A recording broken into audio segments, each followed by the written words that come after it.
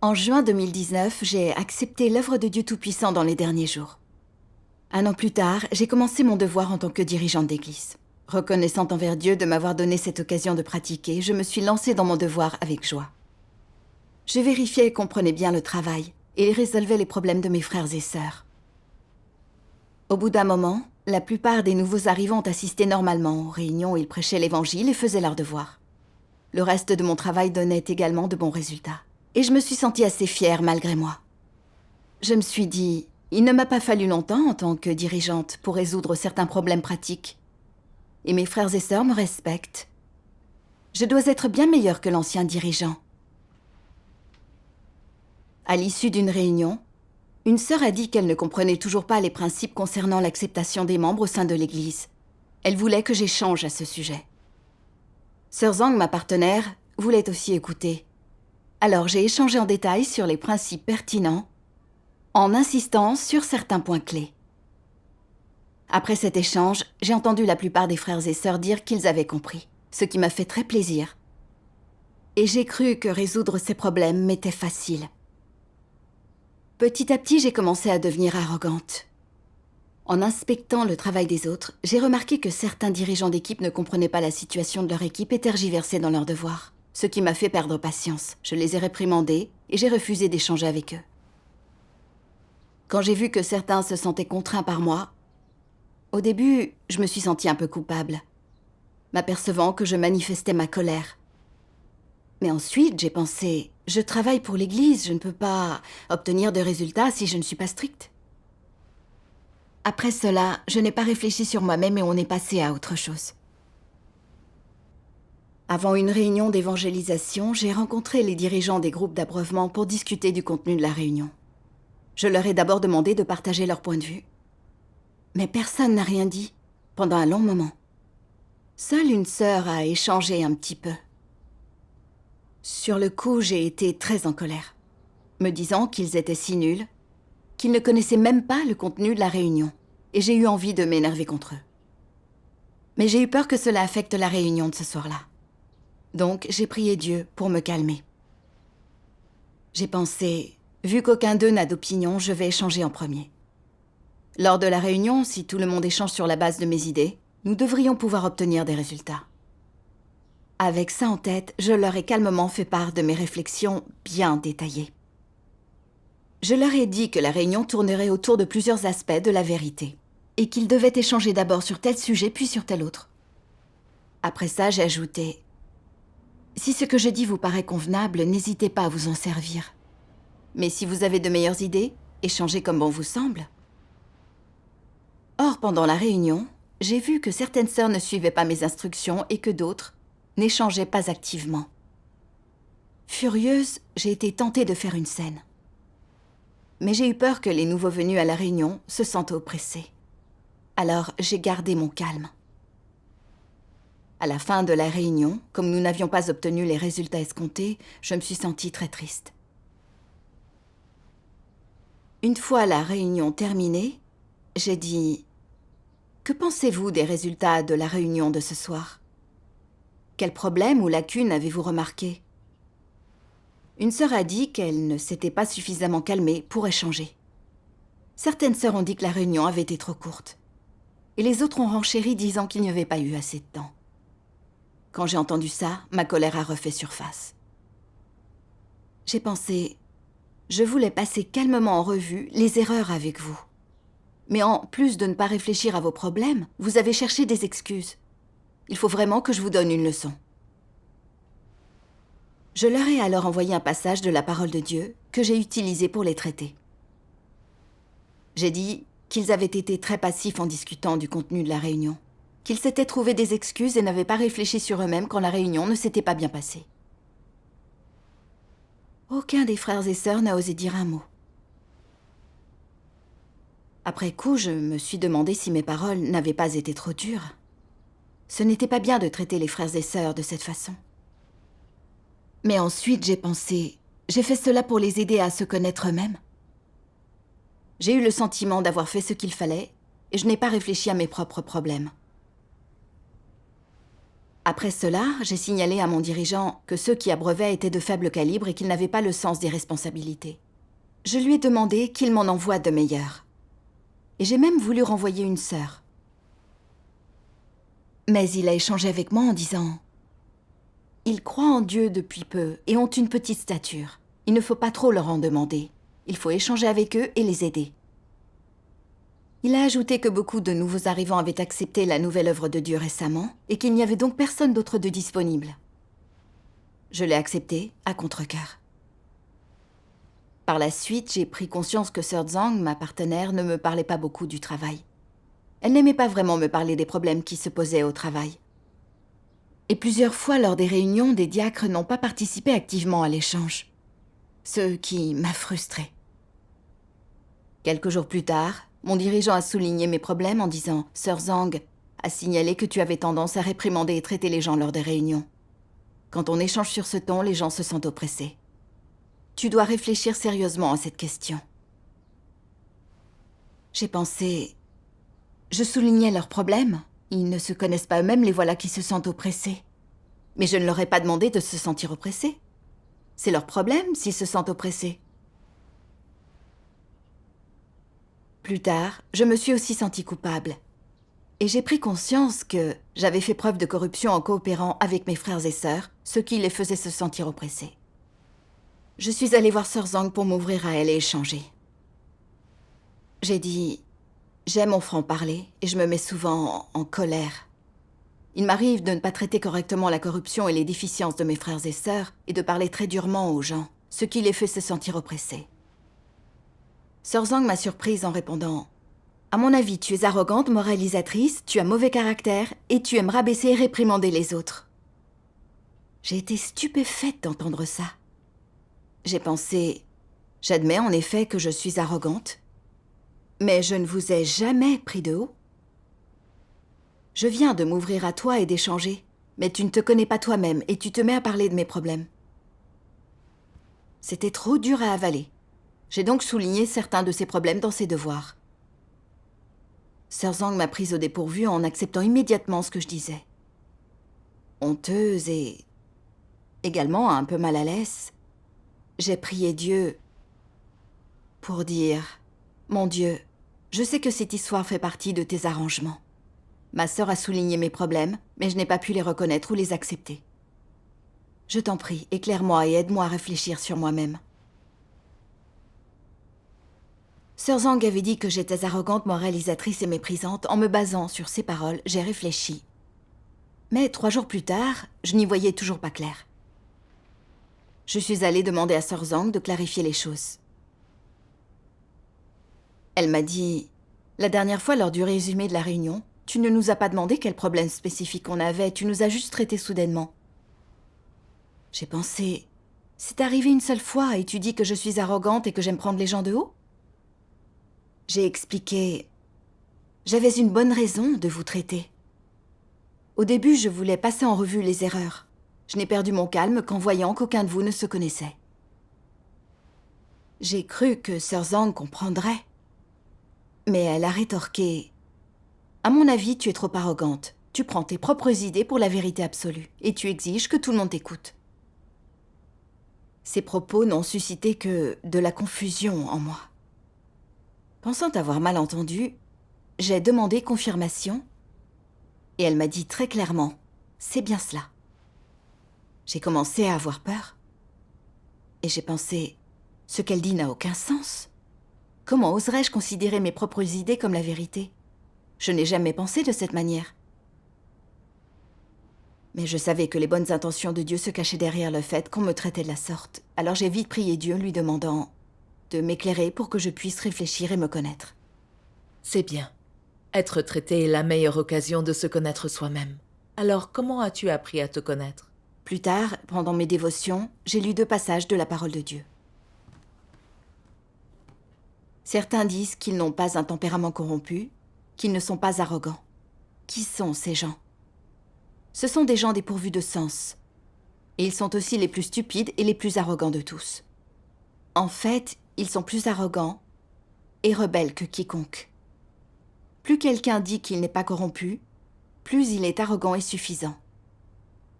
Pourquoi les autres sont-ils capables de se connaître eux-mêmes et d'accepter le jugement par Dieu, mais que toi tu ne l'es pas? Es-tu l'exception? Es-tu une sainte personne? Vis-tu donc coupé du monde? Tu ne reconnais pas que l'humanité a été corrompue par Satan? Que les gens ont un tempérament corrompu? Et donc tu es le plus rebelle et le plus arrogant de tous. J'ai constaté que de nombreux dirigeants ne sont capables que de sermonner les gens et de ne prêcher que du haut de leur piédestal. Ils ne peuvent pas communiquer avec eux sur un pied d'égalité. Ils ne sont pas capables d'interagir normalement avec les gens. Quand certaines personnes parlent, c'est toujours comme un discours ou un rapport. Leurs paroles ne sont jamais dirigées que vers les états des autres. Elles ne s'ouvrent jamais à propos d'elles-mêmes. Elles ne dissèquent jamais leur propre tempérament corrompu. Mais elles ne dissèquent que les problèmes des autres pour que tout le monde les connaisse. Et pourquoi font-elles cela au juste? Pourquoi sont-elles susceptibles de prêcher de tels sermons, de dire de telles choses? C'est la preuve qu'elles n'ont aucune connaissance d'elles-mêmes. Qu'elles sont dépourvues de bon sens, arrogantes et vaniteuses. Elles pensent que leur capacité à reconnaître les tempéraments corrompus des autres prouve qu'elles sont au-dessus d'eux, avec plus de discernement et moins de corruption que les autres. Être capable de disséquer et de sermonner les autres, mais être incapable de se mettre à nu, ne pas exposer ni disséquer ses propres tempéraments corrompus, ne pas montrer son vrai visage, ne rien dire de ses propres motivations, ne faire que sermonner les autres parce qu'ils ont mal fait, c'est de l'autosatisfaction et de l'auto-exaltation. Amen. Amen. Amen. La parole de Dieu a révélé mon véritable état. Toute l'humanité a été corrompue par Satan. Elle est pleine de tempéraments sataniques. C'est vrai. Je n'en suis pas à l'abri, c'est certain. Moi aussi, j'ai été corrompue par Satan. Comment ne pas avoir un tempérament arrogant? Le fait que ma sœur me traite pour mon arrogance et mon mépris venait de Dieu. Oui. Or, je pensais qu'elle m'avait parlé trop durement en me traitant. J'étais tellement insensible que je ne me connaissais pas du tout. La parole de Dieu dit que si les dirigeants ne savent pas échanger sur la vérité, sustenter les autres, s'analyser ou se connaître, mais qu'ils réprimandent les autres, les rabaissent dans leurs sermons, et pensent toujours être meilleurs qu'autrui, alors ce sont eux les plus arrogants et les plus rebelles. C'est vrai. J'ai pris conscience que je me comportais ainsi dans mon devoir. Quand le travail dont j'avais la charge était efficace, ou quand mes frères et sœurs m'approuvaient, je commençais à m'apprécier, et j'avais l'impression d'être meilleure que mes frères et sœurs. Quand je les voyais faire les choses lentement, je pensais qu'ils ne portaient pas leur fardeau. Alors je me mettais en colère, je les réprimandais, les blâmais, les trouvais lamentables. Et je voulais renvoyer une sœur qui, selon moi, avait un mauvais calibre, sans même regarder si elle était efficace dans ses devoirs. Quand on avait discuté du contenu de la réunion, mes frères et sœurs n'avaient rien dit. Mais au lieu de les interroger sur leurs difficultés, je les avais forcés à échanger d'une façon qui les faisait se sentir oppressés. Au cours de la réunion, quand ils n'avaient pas échangé selon mes idées, j'avais eu envie de m'énerver et de les traiter. Quand j'avais souligné leurs problèmes, mais qu'ils ne les avaient pas reconnus, je les avais méprisés et rabaissés dans mon cœur. Et je les avais même traités durement. Je ne m'étais pas du tout demandé si leur stature était à la hauteur. Plus tard, mon dirigeant m'avait dit de réfléchir au fait que Sœur Zhang se sentait restreinte à cause de moi. Mais je ne l'avais pas prise au sérieux. Et j'avais pensé que je traitais Sœur Zhang pour l'aider à mieux se connaître. Je me suis souvenu que Sœur Zhang m'avait dit un jour qu'un nouveau venu n'osait pas échanger quand j'étais présente aux réunions. Sur le coup, je ne m'en étais pas souciée. Je n'ai compris qu'à ce moment-là que mes frères et sœurs se sentaient tous oppressés à cause de moi. Mais j'avais ignoré mes problèmes et méprisé mes frères et sœurs parce qu'ils n'assumaient rien. J'étais tellement arrogante. Je ne les traitais pas comme des égaux et je n'essayais pas de comprendre ou de prendre en compte leurs difficultés et leurs lacunes. À la place, je les réprimandais avec condescendance. Quand Dieu a utilisé mes frères et sœurs pour m'émonder, me traiter et m'instruire, je ne me connaissais pas du tout et j'ai essayé de me défendre et de m'expliquer. À mon sens, je ne faisais qu'être franche et irascible. Je ne pouvais pas admettre que j'étais condescendante et que je réprimandais les gens. Je demandais toujours aux autres de se connaître eux-mêmes, mais je ne réfléchissais pas à ma propre corruption. Je pensais toujours avoir raison et que c'était la faute des autres. J'étais tellement arrogante et irrationnelle. Ce n'est que là que j'ai vu la miséricorde et la tolérance de Dieu à mon égard. Dieu s'est servi de Sir Zhang pour souligner mes problèmes encore et encore, pour que je me connaisse moi-même, puis que je confesse mes péchés et me repente. Oui, oui. Plus tard, j'ai lu un autre passage de la parole de Dieu. Si au fond de toi, tu comprends vraiment la vérité, tu sauras la pratiquer et obéir à Dieu, et tu t'engageras naturellement sur le chemin de la poursuite de la vérité. Si le chemin que tu empruntes est le bon, s'il est conforme à la volonté de Dieu, l'œuvre du Saint-Esprit ne te quittera pas, et tu risqueras moins de trahir Dieu. Sans la vérité, il est facile de faire le mal, et tu le commettras involontairement. Par exemple, si tu as un tempérament arrogant et vaniteux, alors le fait de te dire de ne pas t'opposer à Dieu ne fait aucune différence, tu ne peux pas t'en empêcher, c'est incontrôlable pour toi. Tu ne le ferais pas exprès. Tu le ferais sous la domination de ta nature arrogante et vaniteuse. Ton arrogance et ta vanité te feraient mépriser Dieu, et te le feraient voir comme n'ayant pas d'importance. Elle ferait que tu t'exaltes, que tu te mettes constamment en valeur. Elle te ferait mépriser les autres, elle ne laisserait dans ton cœur que toi-même. Elle te ferait croire que tu es supérieur aux autres et à Dieu. Elle finirait par te faire prendre la place de Dieu et exiger que les gens se soumettent à toi. Et vénèrent tes pensées, tes idées et tes notions comme la vérité. Vois combien de mal est perpétré par les hommes sous la domination de leur nature arrogante et vaniteuse. Amen. Cette parole de Dieu m'a fait comprendre que ceux qui ont une nature arrogante et moralisatrice s'exaltent, rabaissent les autres et pensent avoir toujours raison. En effet. Ils prennent même leurs propres idées pour la vérité et peuvent faire le mal ou résister à Dieu à tout moment. J'ai pensé à mes précédents contacts avec les autres. Jamais je ne discutais de mon expérience ou n'analysais ma corruption pour les aider à se connaître eux-mêmes. À la place, c'est eux que j'analysais et exposais avec condescendance.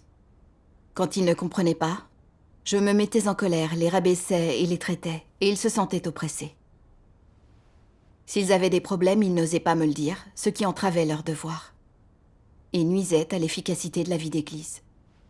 Tout ça était dû à ma nature arrogante. J'ai pensé à la façon dont Dieu exprime la vérité pour nous sustenter et exposer notre corruption. Dieu ne nous force jamais à accepter ou à pratiquer. Au contraire, il guide patiemment les gens et leur donne les moyens de faire l'expérience de ses paroles et de son œuvre. Grâce à cette expérience, les gens apprennent progressivement à se connaître, à pratiquer la vérité et à grandir dans la vie. Dieu a également des principes pour les traiter. Tout à Dieu fait. traite les gens équitablement, en fonction de leur stature et de leur calibre. Il n'exige pas plus d'eux que ce dont ils sont capables. Non. Il ne nous admire pas plus qu'il ne nous méprise. Exactement. Je ne suis qu'un minuscule être créé. Mais j'exigeais qu'on m'écoute parce que j'étais capable d'échanger sur quelques points que j'avais compris. Je ne tenais pas compte de leurs différentes situations et j'avais des exigences élevées vis-à-vis de tout le monde. Quand les gens n'étaient pas à la hauteur, je les méprisais, les rabaissais et espérais même les renvoyer. J'ai réfléchi à l'essence de ce que j'avais fait. J'avais pris mes idées pour la vérité. Insisté sur le fait que mon point de vue était le bon, quel que soit le moment ou le lieu, et dit à mes frères et sœurs de m'écouter. Je ne remplissais pas du tout mes devoirs. Ne résistais-je pas tout simplement à Dieu ? Exactement. J'ignorais que j'étais contrôlée par ma nature arrogante et moralisatrice, ni que je commettais des actes malfaisants qui résistaient à Dieu et nuisaient à mes frères et sœurs. J'étais horrible. Je méritais d'être punie par Dieu. Quand j'en ai pris conscience, j'ai été très reconnaissante envers Dieu de m'avoir protégée, en me permettant de réfléchir sur moi-même à temps et de suivre les conseils de ma sœur pour ne pas m'égarer. Ce n'est qu'alors que j'ai vu que les réalités de la vérité me manquaient. J'étais encore capable de prendre mes opinions et ma compréhension pour la vérité et de forcer mes frères et sœurs à m'écouter. J'étais trop arrogante et je ne connaissais rien de moi-même. Plus tard, une sœur m'a envoyé un passage de la parole de Dieu. Je vais le lire. D'accord. C'est dans le premier passage de Seuls ceux qui ont la réalité de la vérité peuvent diriger. Ok. Si en tant que dirigeant ou ouvrier de l'Église, tu dois amener les élus de Dieu à entrer dans la réalité de la vérité et à rendre un témoignage approprié à Dieu, il est primordial de guider les gens pour qu'ils passent plus de temps à lire les paroles de Dieu et à échanger sur la vérité. Afin que les élus de Dieu puissent mieux connaître les objectifs de Dieu dans le salut des hommes et dans son œuvre, et qu'ils puissent comprendre la volonté de Dieu et ses diverses exigences pour les hommes, leur permettant ainsi de comprendre la vérité. Peux-tu faire comprendre aux gens la vérité et les faire entrer dans sa réalité si tu te contentes de les traiter et de leur faire la leçon? Si la vérité sur laquelle tu échanges n'est pas réelle, s'il ne s'agit que de paroles de doctrine, alors peu importe combien tu les traites et leur fais la leçon, cela ne servira à rien. Penses-tu que si les gens ont peur de toi, t'obéissent? C'est comme s'ils comprenaient la vérité et étaient obéissants? C'est une erreur magistrale. L'entrée dans la vie n'est pas si élémentaire. Certains dirigeants s'efforcent de laisser une forte impression. Ils essaient d'imposer leur nouvelle autorité aux élus de Dieu, pour que chacun se soumette à eux, pensant que cela leur facilitera la tâche. Si tu n'as pas la réalité de la vérité, alors, d'ici peu, ton vrai visage sera révélé. Ta vraie stature sera exposée et tu pourrais bien être complètement éliminé. Dans certains travaux administratifs, un peu de traitement, d'émondage et de discipline sont acceptables.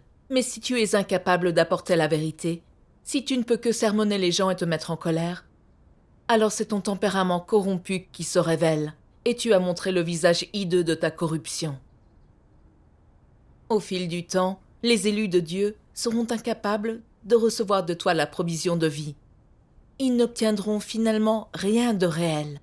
Ils seront donc rebutés et dégoûtés par toi et ils t'éviteront. Amen. Amen. Dieu nous demande à nous, dirigeants, d'apprendre à échanger sur la vérité pour résoudre les problèmes et guider les gens dans la compréhension de la vérité, de ne pas les réprimander et les traiter pour leurs moindres défauts. Montrer notre force et faire en sorte qu'ils nous craignent, c'est ce que ferait un faux dirigeant. C'est vrai. Dieu m'avait exaltée avec un devoir de dirigeante. Pourtant, non seulement je n'avais fait aucun travail pratique, mais je n'avais pas essentiellement contribué à l'entrée dans la vie de mes frères et sœurs.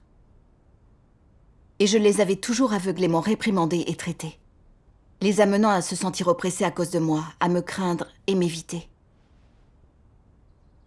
J'ai pensé à un faux dirigeant qui avait été renvoyé le mois précédent parce qu'il ne faisait aucun travail pratique, n'arrivait pas à résoudre les difficultés que ses frères et sœurs rencontraient, et traitait toujours aveuglément les gens, les accusant de mal travailler.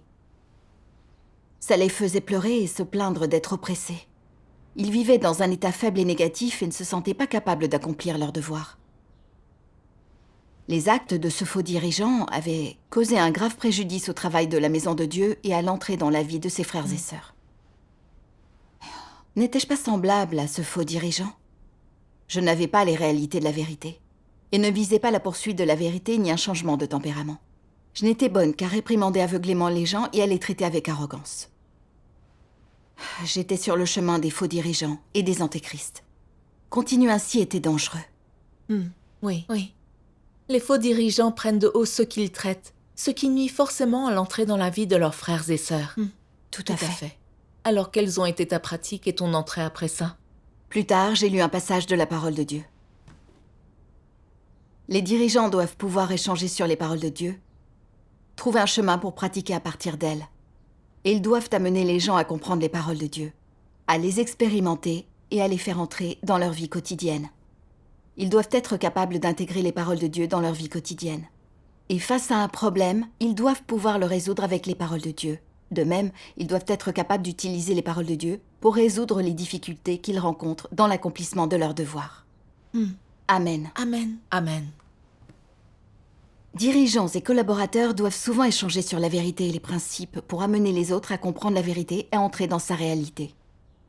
Ils doivent comprendre et résoudre les problèmes que les autres rencontrent dans leurs devoirs, pour que ces derniers, quand ils font leurs devoirs et dans la vie réelle, puissent apprendre à pratiquer la vérité et progresser dans la vie. C'est le rôle des dirigeants et des collaborateurs. C'est vrai. Amen. Ce n'est pas comme je l'ai fait, de ne pas comprendre les difficultés des gens, de ne pas échanger sur la vérité pour résoudre leurs problèmes, et de les accuser, de leur donner des ordres avec mépris, constamment. Même l'émondage et le traitement ont leurs principes. On ne peut pas utiliser des mots de doctrine pour traiter les gens, ni réprimander les autres avec condescendance au gré de nos propres idées ou de notre colère. C'est vrai. Pour émonder et traiter, il faut discerner les différents cas de figure. Si quelqu'un perturbe ou dérange le travail de la maison de Dieu, nuit à l'entrée dans la vie de ses frères et sœurs, et ne change pas après plusieurs échanges, il doit être émondé et traité. Certains font leur devoir négligemment, et ne se repentent pas malgré les échanges. Ils doivent être émondés et traités. Quand des gens pêchent sciemment ou connaissent la vérité sans la mettre en pratique, ils doivent aussi être émondés et traités. Quand on traite les autres, il faut voir correctement l'essence du problème et échanger sur la vérité, afin qu'ils sachent quelle est leur erreur, quel tempérament corrompu les contrôle, et quelle est donc l'essence de leurs actions. Aussi, quand on émonde, traite et expose la corruption des gens, il faut être sur un pied d'égalité avec ses frères et sœurs. On ne peut pas s'exclure soi-même, comme si on n'était pas corrompu. Exactement. Or, je ne comprenais pas les principes de l'émondage et du traitement. Quand je voyais mes frères et sœurs patauger et remettre leurs devoirs à plus tard, plutôt que d'offrir un échange sur la vérité pour les aider, je les réprimandais et les traitais. Donc, au lieu d'apprendre à se connaître, ils se sentaient oppressés à cause de moi. En fait, mes dirigeants m'avaient dit que certains frères et sœurs commençaient tout juste leurs devoirs et ne comprenaient pas certains principes, qu'il y aurait donc inévitablement des erreurs et des déviations, et que je ne devais pas les traiter dans ces cas précis. Je devais plutôt comprendre leurs déficiences et leurs problèmes, les soutenir et les aider avec amour et les guider dans la compréhension des principes de la vérité. C'est vrai, tout à fait. Si je les avais aidés et guidés davantage, et s'ils avaient su comment pratiquer mais ne s'étaient pas repentis, j'aurais dû les traiter d'égal à égal, souligner l'essence de leurs problèmes, les aider à se connaître eux-mêmes selon la parole de Dieu et les principes. Seul ce genre d'émondage et de traitement suit la volonté de Dieu et favorise le travail de la maison de Dieu et l'entrée dans la vie de nos frères et sœurs. Oui, dans tous les cas, seule la pratique selon la vérité profite aux gens. Exactement. Un jour, mon dirigeant a envoyé un message au groupe pour s'enquérir de l'avancement d'une partie du travail. Mais ma partenaire et les dirigeants d'équipe n'ont pas répondu à temps. J'ai pensé, pourquoi mes frères et sœurs n'ont-ils pas réagi tout de suite? Ils sont bien trop passifs dans leurs devoirs. Lors de notre réunion, j'ai soulevé la question. Comme personne ne disait rien, je les ai accusés, sans le vouloir, d'être trop lents et d'être passifs dans leurs devoirs.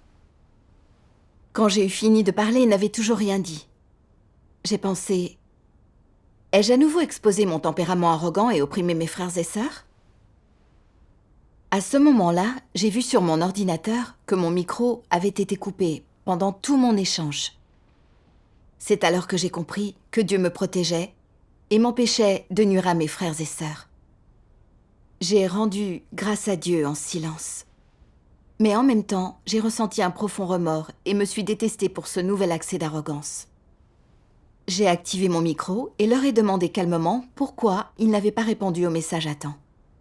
J'ai alors appris que ma partenaire n'avait pas accès à l'Internet et que les autres n'avaient pas saisi les principes ou compris la situation et ne savaient pas comment réagir. J'ai patiemment échangé avec eux sur la manière de mettre en œuvre ce travail selon les principes. Puis j'ai fait un rapport sur l'avancement du travail à mon dirigeant. En pratiquant ainsi, je me suis sentie un peu plus à l'aise. Plus tard, j'ai lu un autre passage de la parole de Dieu. Après avoir été conquis par Dieu, les humains, afin d'être sûrs de ne pas être arrogants, doivent s'équiper de bon sens. Ils doivent adopter un statut d'humilité comme du fumier sur le sol et dire des choses qui sont vraies, ce serait mieux.